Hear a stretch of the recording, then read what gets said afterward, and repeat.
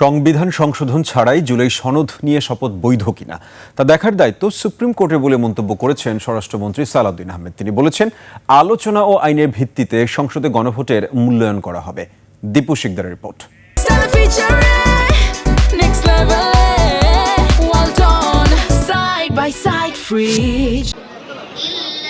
বাংলাদেশ জাতীয়তাবাদী আইনজীবী ফোরামের উদ্যোগে আলোচনা সভা ও ইফতার মাহফিল। যোগ দেন স্বরাষ্ট্রমন্ত্রী সহ সিনিয়র আইনজীবীরা। এটা আমি না হয় নাই বললাম। স্বরাষ্ট্রমন্ত্রী সালাউদ্দিন আহমেদ বলেন, জুলাই জাতীয় সনদের প্রতি বিএনপি শতভাগ অঙ্গীকারাবদ্ধ।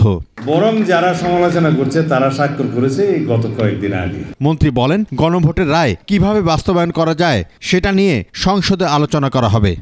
যদি সংবিধান সংস্কার পরিষদের সদস্য হিসেবে শপথ নিতে হয়, সেটা সেখানে নির্ধারণ করা হবে, সিদ্ধান্ত হবে, এবং কোন ফর্মে শপথ হবে সেটা তৃতীয় তফসিলে আনতে হবে। কে শপথ বাক্য পাঠ করাবেন সেটা নির্ধারিত হবে, তারপরে এটা বিধিসম্মত হবে। কিন্তু আজকে যাদেরকে জবরদস্তিমূলক শপথ পড়ানো হলো, যিনি জবরদস্তিমূলক শপথ পড়ালেন, সেটা সংবিধান রক্ষণ হয়েছে কিনা অবশ্যই সুপ্রিম কোর্টের দেখার দায়িত্ব। বিদায়ী অন্তর্বর্তী সরকার অধ্যাদেশ জারির সরকার বলেও মন্তব্য করেন তিনি।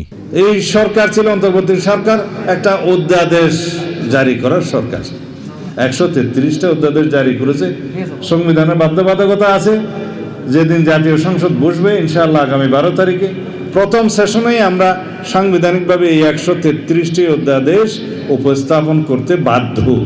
যে দল বলছে তাদের নির্বাচনে হারানো হয়েছে, এমন কথা বলাও নাজায়েজ বলে মন্তব্য করেন তিনি।